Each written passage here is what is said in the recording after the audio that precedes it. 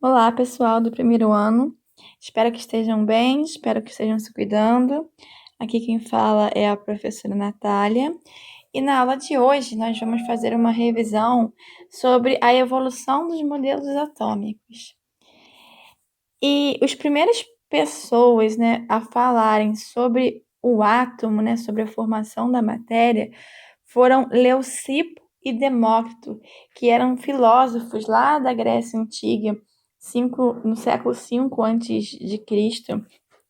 E o que eles pensaram? Que será que a gente poderia pegar matéria e dividir até chegar numa parte indivisível?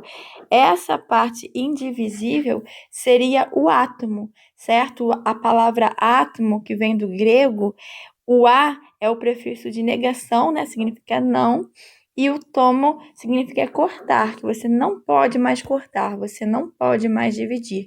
Então, o átomo seria uma partícula indivisível que iria formar toda a matéria, certo? Então, esses foram os pensamentos desses filósofos da Grécia Antiga no século V a.C. Depois, só lá a partir do ano de 1803 que voltou-se a falar dos átomos e começaram a propor diferentes tipos de modelo atômico, tá? E esses modelos atômicos, eles iam sendo propostos à medida que novas descobertas, novas experiências eram feitas. Aqui a gente tem uma linha do tempo, desses modelos, e nós vamos falar de cada um deles, tá? Então, em 1803, o cientista Dalton, ele propôs que os átomos eram esferas maciças, como uma bola de bilhar, uma bola de sinuca, e que essas esferas eram indivisíveis e indestrutíveis, certo? E átomos do mesmo elemento químico, eles eram esferas idênticas. Então, átomos de carbono, por exemplo, eram representados por esferas idênticas, certo? Átomos de hidrogênio eram representados por esferas idênticas, porém diferentes das do carbono. Então, cada átomo possuía esferas com tamanhos diferentes que representariam cada elemento químico. Aí nós temos uma experiência, eu vou colocar aqui para vocês esse vídeo, em que nessa experiência a gente vai mostrar um pouquinho sobre eletricidade estática.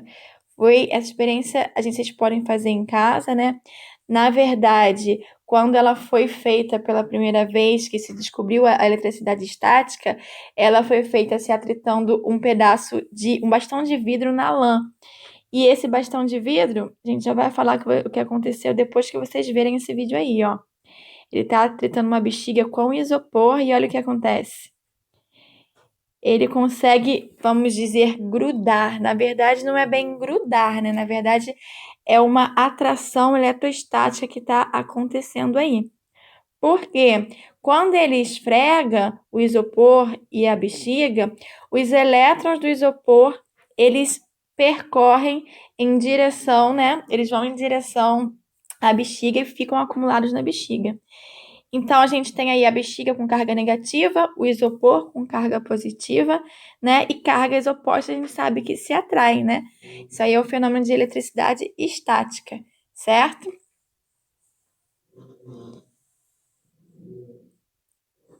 E aí, continuando um pouquinho esse vídeo, a gente vai ver que quando ele faz esse atrito, quando ele separa as cargas, essa bexiga carregada negativamente, ela também pode atrair corpos neutros, que essa outra placa de isopor aí está com carga neutra, certo? Aí o que vai acontecer? Ele vai atritar, os elétrons vão para a bexiga, ela vai ficar carregada negativamente, e os elétrons vão atrair a parte positiva do isopor que estava neutro, ok? Então, a partir daí, eles viram, que a matéria ela possuía carga elétrica. Então, se ela possuía carga elétrica, ela deveria ser dividida em alguma coisa de parte positiva e alguma coisa de parte negativa. Uma outra experiência que foi feita foi essa experiência aí do tubo dos raios catódicos. catódicos, onde a gente tem aqui, ó, um tubo de vidro, certo? E uma bateria que está nos dois polos desse tubo de vidro, um lado positivo e um lado negativo, certo? Dentro desse tubo existe um gás em baixa pressão. E quando eles aplicavam uma carga através dessa bateria, eles perceberam aqui, ó, que se formava um raio luminoso. Esses raios que ele chamou de raios catódicos, certo? Aí quando ele aproximava aqui uma placa de carga positiva, esses raios, eles iam, olha só como ele está fazendo a curva aqui, ó, em direção à placa positiva. Aqui nesse GIF, nessa animação, nós temos uma placa de carga negativa. Quando ele aproxima, ele repele esses raios catódicos, certo? Aí ele chegou à conclusão, então, que esses raios catódicos também têm a carga negativa. Por isso que quando a gente aproxima cargas iguais, eles se repelem, e quando a gente aproxima as cargas opostas, eles se aproximam, certo? E isso aí, na verdade, se tratava da descoberta dos elétrons. Estes raios catódicos aí são os elétrons de carga negativa que foram descobertos. E, então, Thomson, né? Estamos aqui, ó, o Thomson, em 1898, ele propôs esse modelo atômico aqui, em que o átomo seria uma esfera de carga positiva e que teriam partículas negativas, que seriam os elétrons, né, incrustados nessa esfera, certo?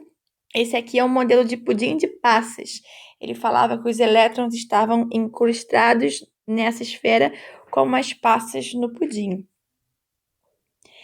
Continuando, então, né, passando o tempo, novas experiências foram sendo realizadas, e essa experiência aqui foi realizada por Rutherford. O que tem nessa experiência? Nessa caixinha cinza aqui, ele tinha o elemento plutônio, tá? E o plutônio é um elemento radioativo que libera partículas radioativas alfa. Essas partículas eram liberadas em direção a uma lâmina de ouro, que a gente tem aqui, ó, esse quadradinho aqui é uma lâmina de ouro, ok?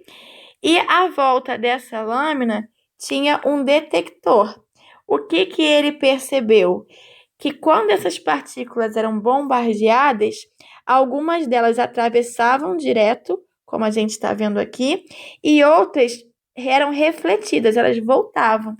Então, qual foi a proposta dele? Se algumas passam direto, quer dizer que elas estão passando por um espaço vazio. E as que estão voltando estão se chocando com alguma coisa, certo? Então, ele propôs um novo modelo atômico. Esse aqui, então, é o modelo atômico de Rutherford, que foi proposto em 1911. E ele falava, ó, que os átomos possuem espaços vazios. O centro do átomo contém um núcleo pequeno e denso, com carga positiva, né? Como a gente já tinha chegado à conclusão, né?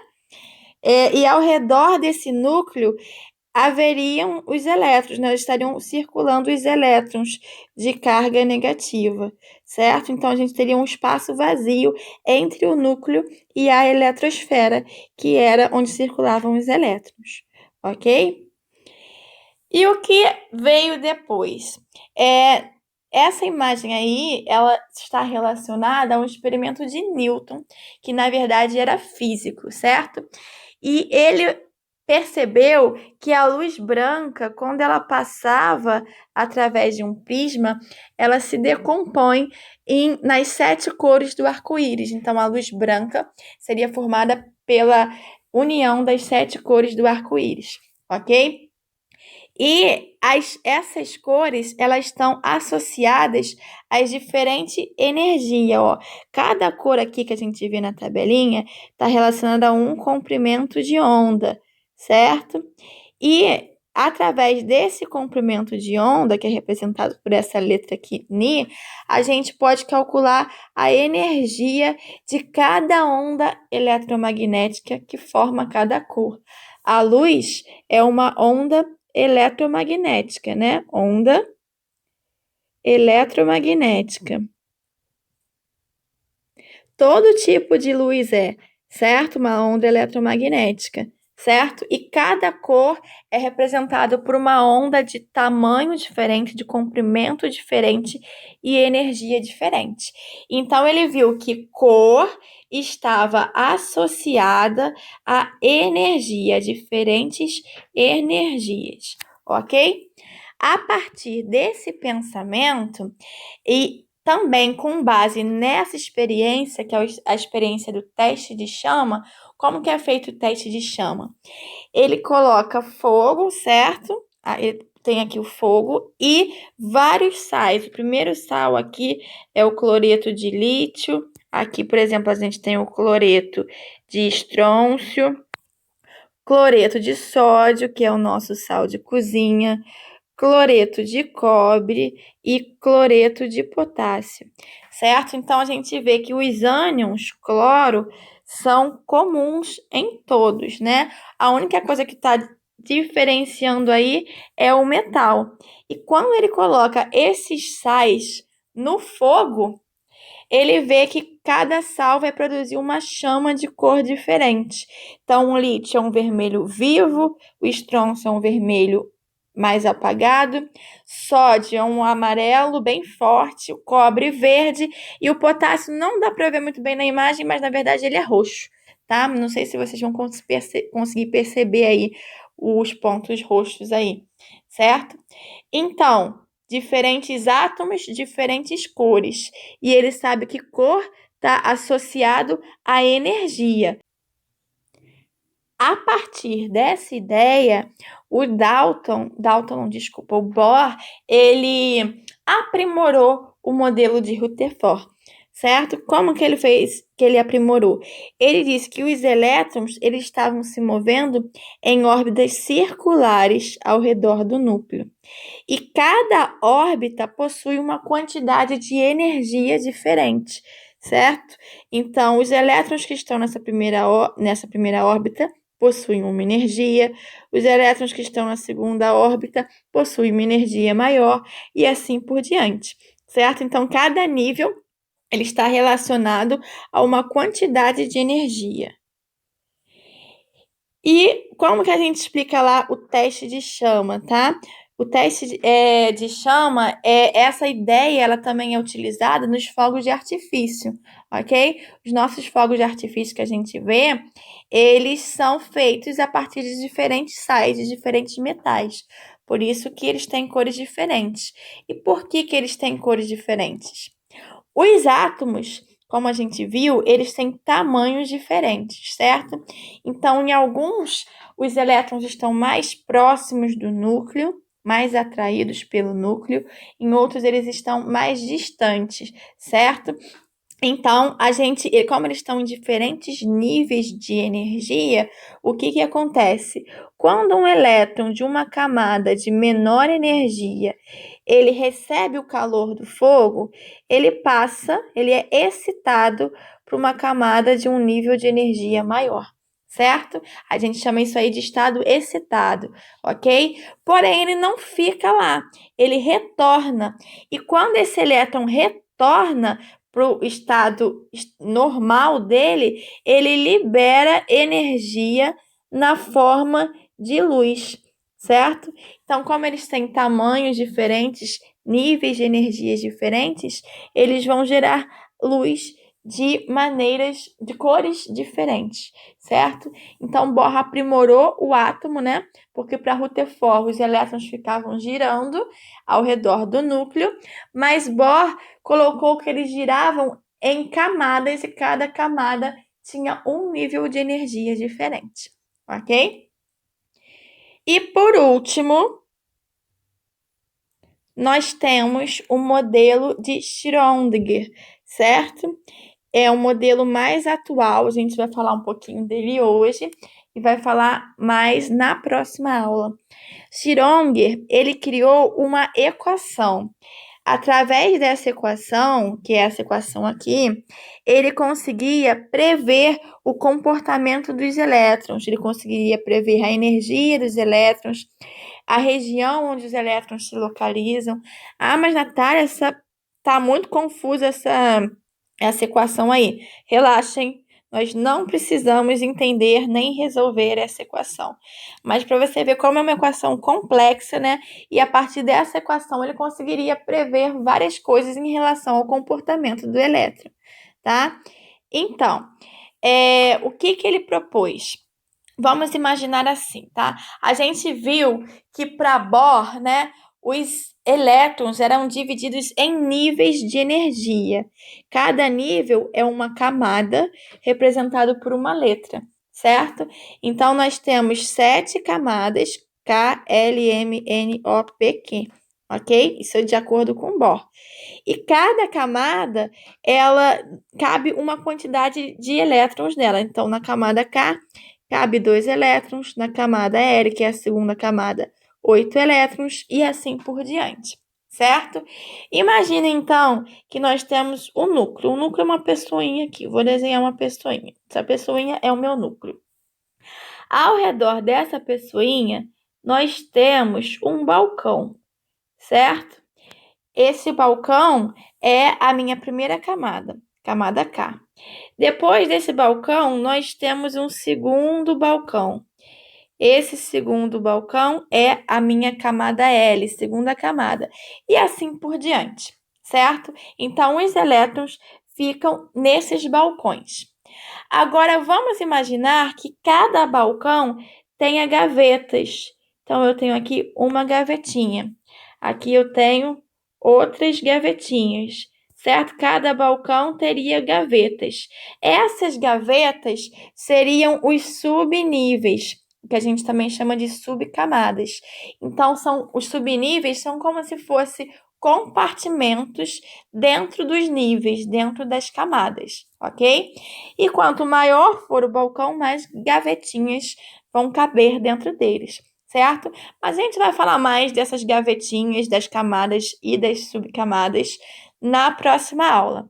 Eu só quero que vocês entendam por enquanto isso aí, tá? Que o modelo de Schrödinger, ele dizia que dentro das camadas, dentro dos níveis, eu tenho subníveis. Cada subnível também tem uma quantidade de elétrons, certo? Então, para Schrödinger, o átomo teria essa cara aí, tá? Porque com aquela equação, ele calculou a região onde o átomo poderia ser encontrado. E cada região, cada orbital tem um formato diferente, ó. Os orbitais S, eles são todos esféricos. Então, temos aqui, ó, os orbitais S, que também vamos falar mais na próxima aula. Os orbitais P teriam esse formato aqui, ó, como se fosse um infinito, só que tridimensional, certo? Aí temos vários orbitais P aqui, ok?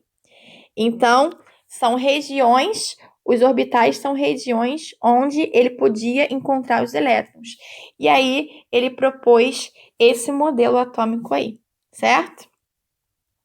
Agora, como que a gente representa os átomos, os elementos químicos, quando a gente for fazer uma prova ou algum exercício?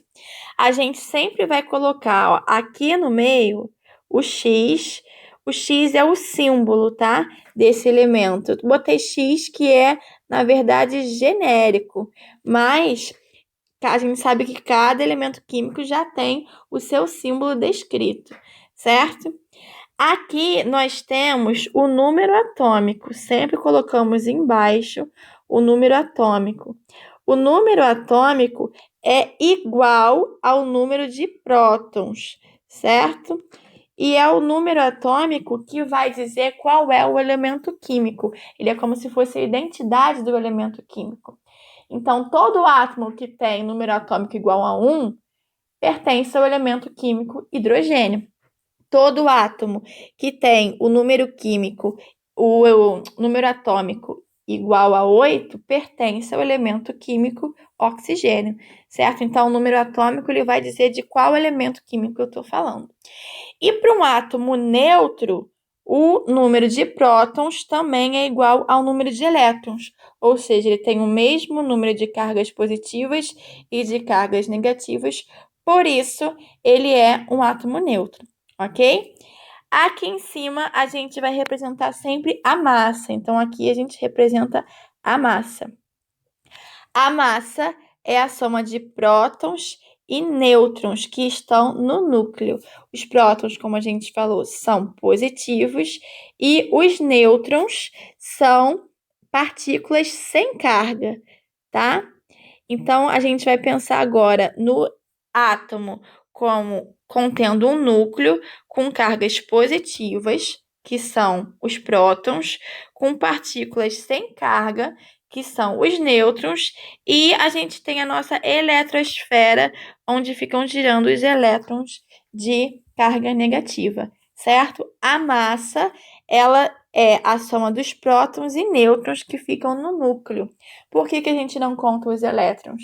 Porque a massa dos elétrons é desprezível em relação, ela é muito menor do que a massa dos prótons e dos nêutrons. Então, por isso, a gente não vai contar ela, não vai levar em consideração. Então, vamos resolver esse exercício aqui, ó. O átomo de sódio possui quantos prótons, quantos elétrons e quantos nêutrons? Então, vamos lá. A gente sabe que aqui, ó, 23 é a massa do sódio, certo?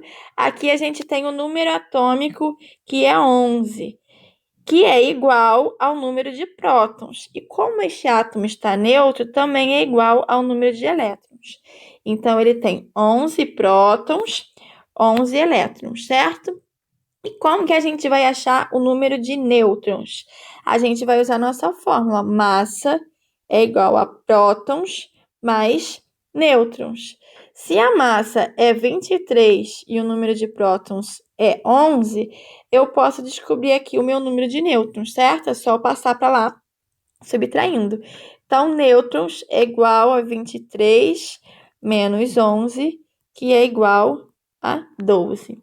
Então, eu tenho 11 prótons, 11 elétrons e 12 nêutrons. A minha resposta, então, é a letra E, ok? Agora que a gente já sabe encontrar o número de prótons, de nêutrons e de elétrons, nós vamos falar sobre a semelhança entre os átomos.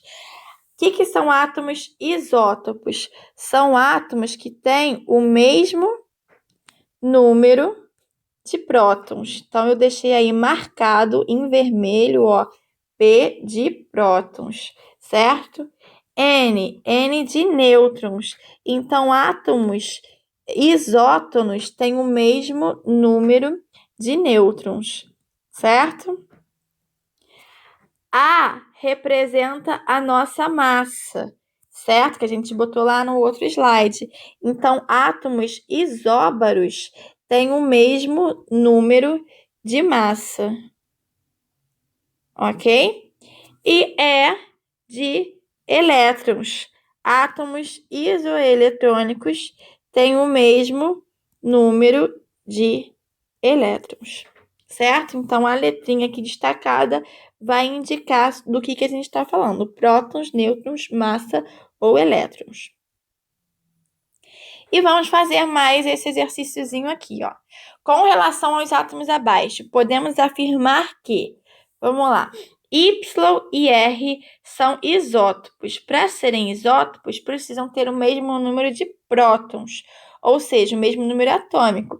E a gente vê que o número atômico de Y é 22, de R é 21, então eles não são isótopos.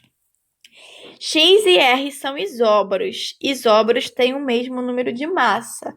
O de X é 50, o de R é 49. São diferentes, então eles não são isóbaros. X e R são isótonos. Para isso, a gente precisa saber o número de nêutrons. Como é que a gente vai saber o número de nêutrons? A gente vai subtrair, certo? Aqui, ó, 50 menos 21 vai ser igual a 29. Então, ele tem 29 nêutrons, certo? Isso a gente falando para X. Para R agora. Para R, a gente vai fazer 49 menos 21, que é igual a 28 nêutrons. Então, eles não são isótonos, certo? X e R possuem o mesmo número de elétrons. Eles possuem o mesmo número atômico, né? Ou seja, eles possuem o mesmo número de prótons, eles são isótopos. Porém, como eles são átomos neutros, sem carga, eles possuem o mesmo número de elétrons também. Então, os dois possuem 21 elétrons, ok? Então, eu posso marcar a letra D como correta. E a última, vamos ver, X e Y deveriam ser representados pelo mesmo símbolo. Eles só podem ser representados pelo mesmo símbolo se eles tiverem o mesmo número atômico. E não tem, então não pertencem ao mesmo elemento químico e não podem ser representados pelo mesmo símbolo, ok? Mais um exercíciozinho. Os números atômicos e de massa dos átomos A e B são dados em função de x. Sabendo que o número de massa de A é igual ao número de massa de B, podemos concluir que... Então, se o número de massa é igual, quer dizer que eles são isóbaros, né? Então, eu vou fazer a seguinte continha. Se a massa é igual, eu vou botar aqui 8x é igual a 5x mais 12, certo? A massa de A é igual à massa de B. E vou resolver essa equação. 8x menos 5x é igual a 12. 3x é igual a 12. X é igual a 12 dividido por 3, que é igual a 4. Nossa matemática básica, tá? Então, eu achei o valor de x. O que eu vou fazer agora? Vou substituir esse valor de x aqui nos meus átomos, tá? Então, o átomo A, 8x, 8 vezes 4, certo?